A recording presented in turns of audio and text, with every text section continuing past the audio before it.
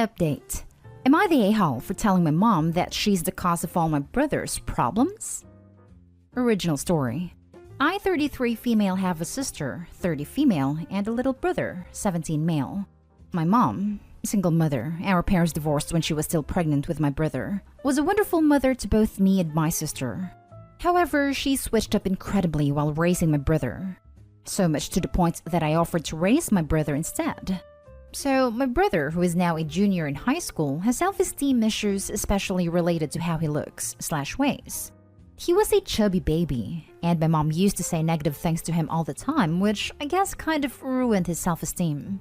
My sister and I always called him cute, handsome, etc., but obviously our mother's words had a bigger effect on him. To put it in perspective for you guys, he is 6'1", underweight, objectively a good-looking kid, yet still finds himself ugly and/or fat. I, a 5'8" woman, weigh more than him and am at a healthy weight. Anyways, despite everything, he's still a cheerful and talkative kid who really does love our mother, and this makes me 10 times angrier. Now on to the problem. I made a mess in the kitchen yesterday while doing a little baking and accidentally fell asleep on a couch due to exhaustion and forgot to clean up. My mom saw the mess and started screaming at my brother, and my brother said that he'd clean it up and that he was sorry. He basically admitted to doing something he didn't do. And when I found out, I immediately told my mom it was my fault, but she said that it was fine. I asked her to apologize to him, but she said that he was a man and that she doesn't need to. I got mad and told her that if she kept this up, then her son will end up doing something drastic. She said that she wasn't doing anything, and I said something along the lines of, "Seriously? You're literally the cause of all these problems." I also called her a terrible mother. She got mad. She said I didn't go through all this crap for my own daughter to take a boy's side of her own mother's. She made a lot of gender-based comments like, "You're a girl, you should take my side," and "he's a boy, he deserves it," etc. Then she went to her room and slept. Honestly, I'm just confused now. Also, while I don't regret standing up for my brother, I feel like maybe I shouldn't have blamed her for all his issues since it's a pretty big accusation and she's obviously hurt. I'm thinking I should have been more mature. Plus, she wasn't a bad mother to me or my sister, so maybe that wasn't called for too. But yeah, am I the a-hole for blaming my mother for all of my brother's problems? Now for the top comments before reading the update. She sounds misandrous as hell. Does he happen to look like his father? Not the a-hole at all. I would talk with your brother and try to be his shoulder. Your mom is completely messing him up, and it's maybe too late to undo all her damage. Edit. I'm not implying he's beyond hope of healing, just that it's going to leave scars. So the quicker you help him start healing, the better. We're actually mixed. Our dad is East Asian, mom is white. It looks more Asian than my sister and I, so yes, it does look more like our dad in a way. The fact that it might be too late, that's what I'm terrified about. I'll still try and be his shoulder though. Thanks. I don't mean to imply that it's beyond hope, only it will most likely stay with him to some degree. My heart broke reading your post. I hope you can build up his confidence and lead him to reject your BS that he seems to have accepted and internalized. Edited to add, did mom not initiate divorce? Seems to me she may have unresolved feelings and is taking them out on your brother. Pure speculation on my part though. Not a-hole. Wow, that is some mistreatment there to your brother. Your mom has really bad toxic, sexist anger issues. And if it is in regard to your father, then it is quite messed up that she's taking it out on your brother who is his own person. He's not her former partner. He is her child. I am sorry, but she's abusive and punishing him for his gender. Mistreatment. No excuse, plain and simple. So yes, based on the information presented, she is a bad mother and the cause of his low self-esteem. Not a-hole. Sounds like your mother is a sexist who's taking things out on your brother because he's not female. Wow, you're not a-hole, but your mom surely is. Boys need to be loved and nurtured too. It breaks my heart to hear that she thinks he doesn't deserve an apology just because he's a man. He's still a child. She's an adult. She should know better, and your brother deserves an apology. It's great that you're standing up for him. He needs a good support system. And now for the update.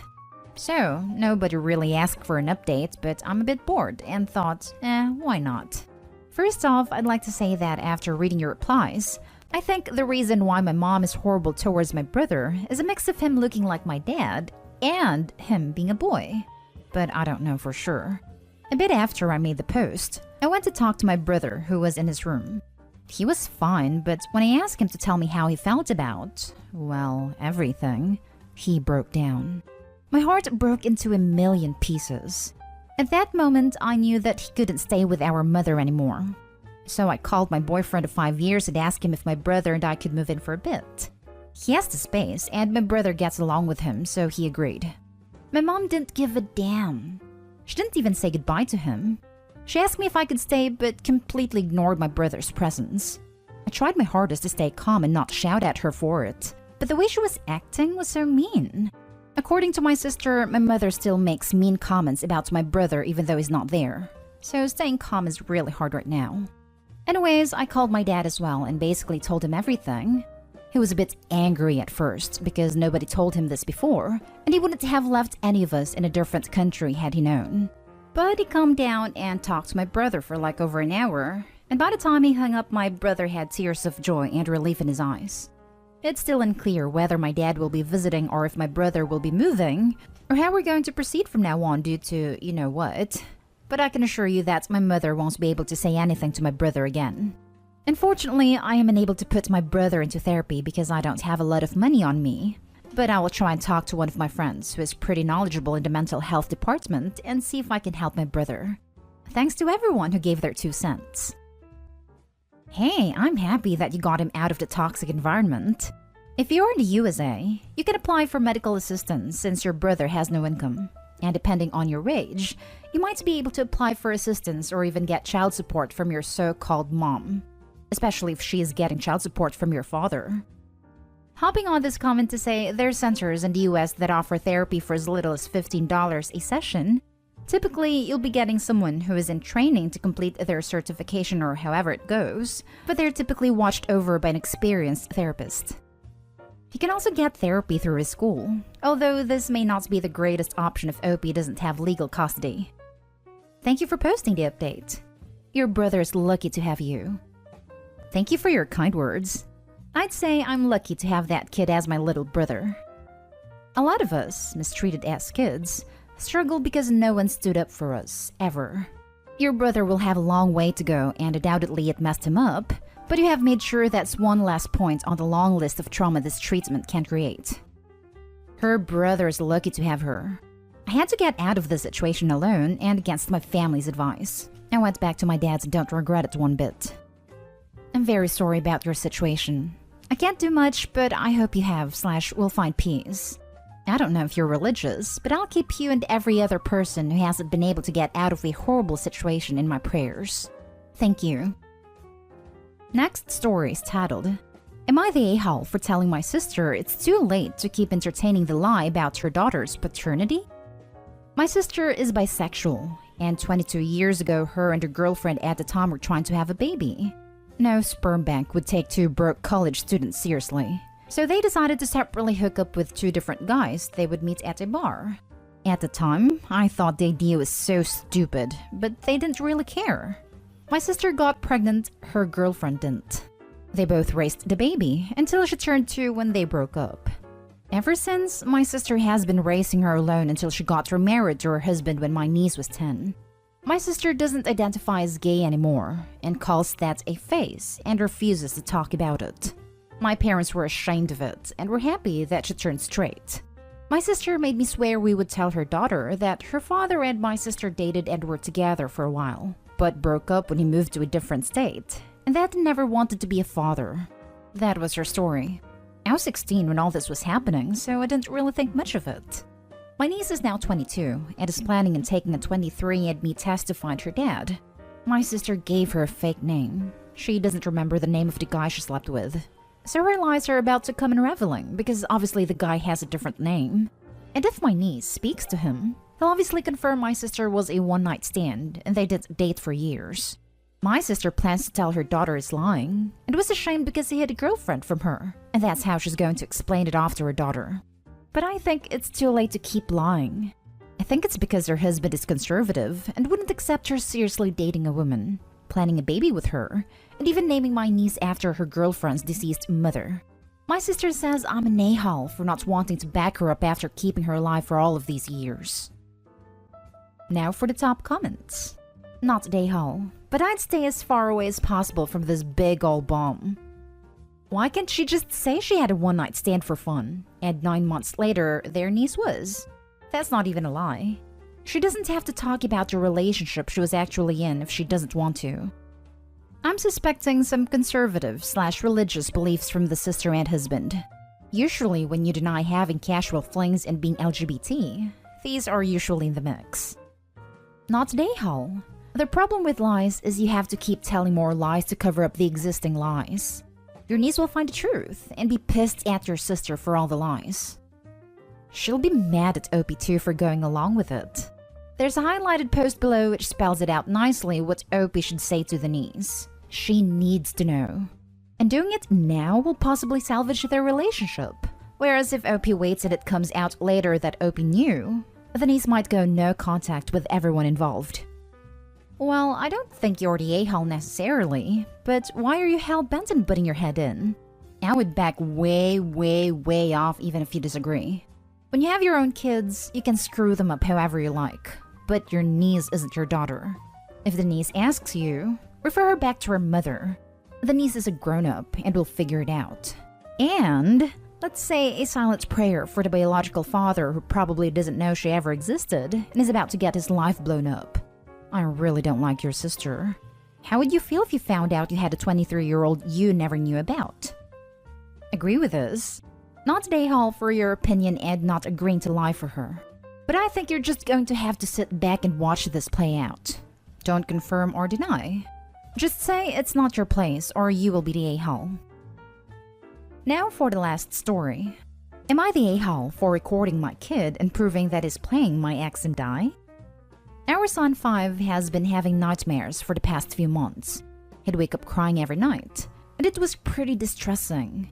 We got him into therapy, but it didn't seem to be helping. I got a little suspicious after a month. I'd hear him walking around in his room an hour or so before he'd start crying, but when I got up there, he'd be back in bed. I brought it up with his mom, but she just said he'd started sleepwalking, and when he woke up, got back into bed because he knew he wasn't supposed to be up. It made sense, so I left it. Now, the way we deal with his nightmares is very different. She'll get up, make him a bottle, sometimes run him a bath, get him into fresh clothes, and then put him in her bed. She also has started giving him his pacifier back. I soothe him and get him back into bed. I'll get him a bottle if he asks, but otherwise I'm just intent on both of us getting a good night's sleep. He became resistant to my method a few weeks ago, and would instead scream for his mom. The first couple of nights I put him in my bed and slept on a couch, but the third night I called my ex to come and get him. It worked pretty much like that every night. This week I put up the old baby cams in his room. He used to have it on a fixture above his crib, so it wasn't too difficult. Lo and behold, he woke up, completely fine, and started playing with his toys. After about 40 minutes, he quietly put them all away, got back into bed, and started crying. Like usual. I sorted him out, got him into my bed, and the next day I called my ex to tell her about it. She didn't say much regarding the situation, bar telling me we'd bring it up on therapy. She was pretty angry though, saying I had violated our son's privacy, and she no longer felt comfortable letting him stay the night. I told her she was being ridiculous. She grabbed a kiddo and left. The next day in therapy, I naturally brought it up. Again, my ex diverted the conversation and we essentially wound up arguing. We left and headed back to mine. After a little while, she said that it didn't matter that he was acting up. He clearly needed more attention and love, and I was trying to make him seem like a bad kid. I told her that wasn't the truth, but we need to take steps to punish him for lying. Lying is bad, and he shouldn't do it. She's still angry, and so not much got through to her. A mutual friend agreed that I was in the wrong, and should spoke to his mom regarding it before. And I kind of get where they're coming from, but I still think it's an we all suck situation rather than just me. Am I the a-hole? I don't know. Clearly he is acting out for some reason and may need some correction, But I am more shocked you and your ex give a 5-year-old, a school-aged child, a bottle. And the ex started giving him a pacifier too. I'm just going to copy and paste this explanation, lol. He's really bad with drinking slowly and swallowing.